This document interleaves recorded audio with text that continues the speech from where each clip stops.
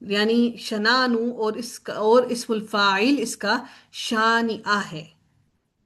شنانو اور اس کا اسم الفاعل کیا بنے گا؟ شانئہ. فائی، اس کا اسم الفاعل بنے گا شانئہ. اور اس سے مراد ایسا دشمن ہے جو بدخواہ بھی ہو اور کینہ کینہ رکھنے والا بھی ہو، یعنی عداوت بھی رکھتا ہو، بغض بھی رکھتا ہو، اور وہ دشمنی کے حد درجے پر ہو. قریش مکہ آپ صلی اللہ علیہ وسلم کے ایسے ہی دشمن تھے، بالخصوص ان کے سردار اور جو باعزت لوگ تھے. جب آپ کا دوسرا بیٹا، جسے کچھ طیب بھی کہتے ہیں اور کچھ اور طاہر بھی کہتے ہیں، جب فوت ہو گیا تو یہ لوگ بہت خوش ہوئے اور تالیاں بجانے لگے اور ایک دوسرے کو مبارکباد کے طور پر کہنے لگے بتر محمد. اور بتر کا لفظ جو ہے کسی جانور کی دم کاٹنے سے مخصوص ہے. یعنی کہ یہ جو بتر کا لفظ ہے یہ کہتے ہیں کسی جانور کی دم کو کاٹ دینا. اور معنوی لحاظ سے وہ کیا کہتے ہیں؟ مقطوع. مقطوع یا پھر مقطوع کہتے ہیں، یعنی کہ یہ اس کی نسل مقطوع ہوگی، ختم ہو گئی. یا اس کو مطلب ہوتا لا ولد، کہ اس کا کوئی اولاد نہیں، جس کی کوئی بیٹا نہ ہو، یا جس کا ذکر خیر کرنے والا کوئی باقی نہ رہے. اس لیے وہ اچھل اچھل کر تالیاں بجاتے، خوش ہونے لگے. اسی کے جواب میں اللہ تعالیٰ نے فرمایا کہ اب تر کا لفظ اللہ نے جو یہاں پر استعمال کیا کہ آپ صلی اللہ علیہ وآلہ وسلم نہیں، بلکہ آپ کے دشمن ہیں جو وہی بے نام و نشان رہیں گے. ان دشمنوں میں سے اکثر جنگ بدر میں مارے گئے، اور اگر ان کی نسل کہیں بچی بھی ہے تو ان کی اولاد میں کوئی بھی اپنے ایسے اسلاف کا نام لینا اور اپنے آپ کو ان کی طرف منسوب کرنا گوارا تک نہیں کرتا. ان کا ذکر خیر کرنا تو بہت بڑی بات ہے، سب لوگ ان پر لعنت ہی بھیجتے ہیں. ان کے مقابلے میں اللہ رب العزت نے اپنے رسول کی شان اور عظمت اور آپ کا ذکر خیر اللہ تعالیٰ نے لازوال بنا دیا.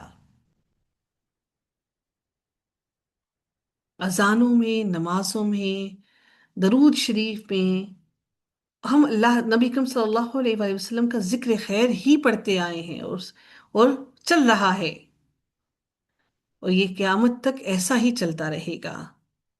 پھر اللہ تعالیٰ نے جو نبی کریم صلی اللہ علیہ وسلم کو میدان محشر میں جو درجات عطا کیے، اور اس سے بڑھ کر اللہ تعالیٰ نے جو نبی کریم صلی اللہ علیہ وسلم کو مقام محمود عطا کر دیا، وہ بھی اللہ تعالیٰ نے کسی کو بھی عطا نہیں کیا.